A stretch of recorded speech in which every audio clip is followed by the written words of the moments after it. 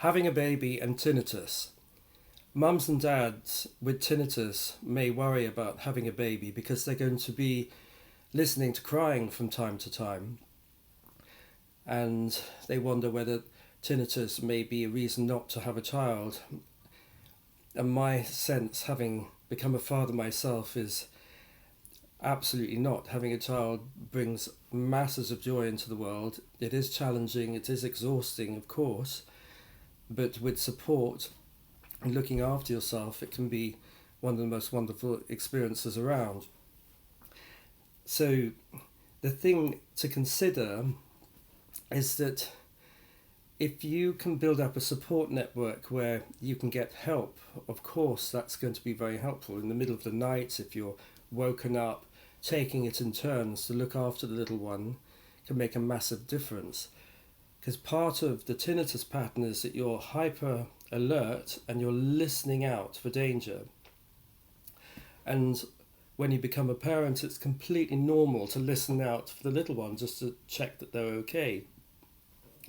And if he or she starts crying, you can pick them up and feed them, cuddle them, and hopefully quite quickly they'll settle, and then you can all just switch off and relax. So having a partner who can look after the little one when you're exhausted is really important, so that you can learn just to switch off and think, well, he or she's dealing with it, I can just carry on sleeping. But one of the things about becoming a mother, what I've learnt, seeing it in my clients and friends, in my partner's pregnancy, is that it can be incredibly grounding. You know, mothers, by the time they reach full term, can be really aware of themselves, their body, and their whole focus really can drop down in and around the little one.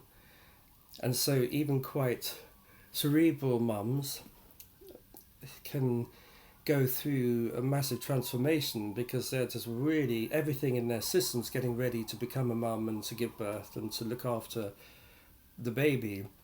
And so pregnancy itself can be incredibly grounding. And if you get help and support, and once again I recommend cranial sacral therapy for that, it's fantastic for pregnant mums and fantastic for babies. That can help the whole process go really smoothly. We benefited massively from hypnobirthing. It has made our birth process wonderful. We had a fantastic water birth at home, and we were all really calm and peaceful, and it just gave us so many resources to be in a very good place for the whole birth, which has had a knock-on effect on our little one. He seems to be very together and happy.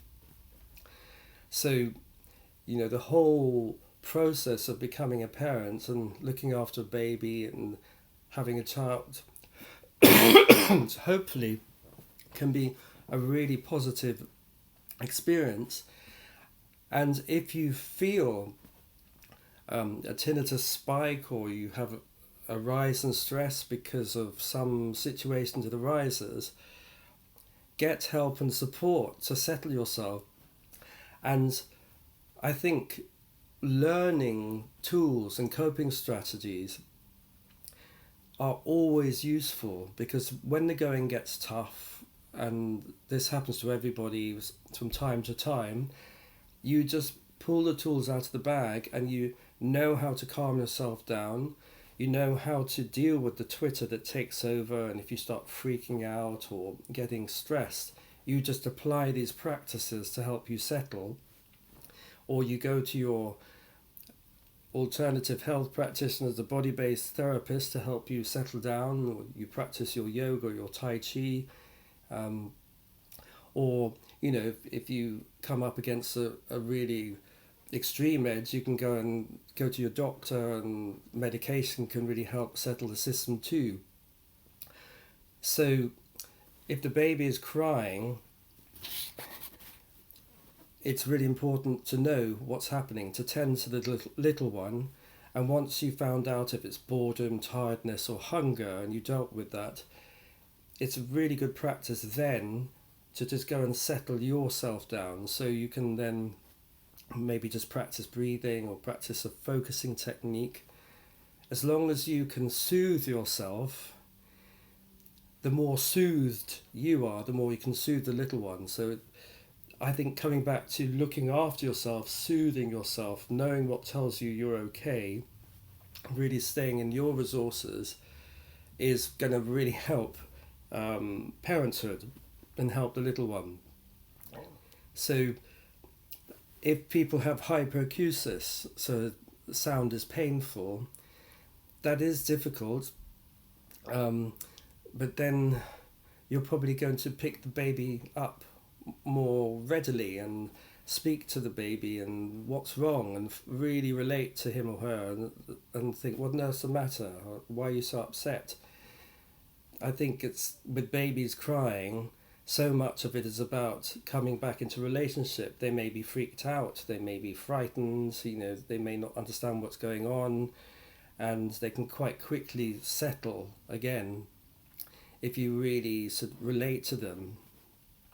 So it's not so much about worrying about hyperacusis. I think it's more about tending to the baby and tending to yourself so that you can all settle and be fine, and you can just continue soothing yourself and settling yourself, and the auditory setup can gradually move from fight or flight or hypervigilant mode back into being able to switch off and sleep like a baby.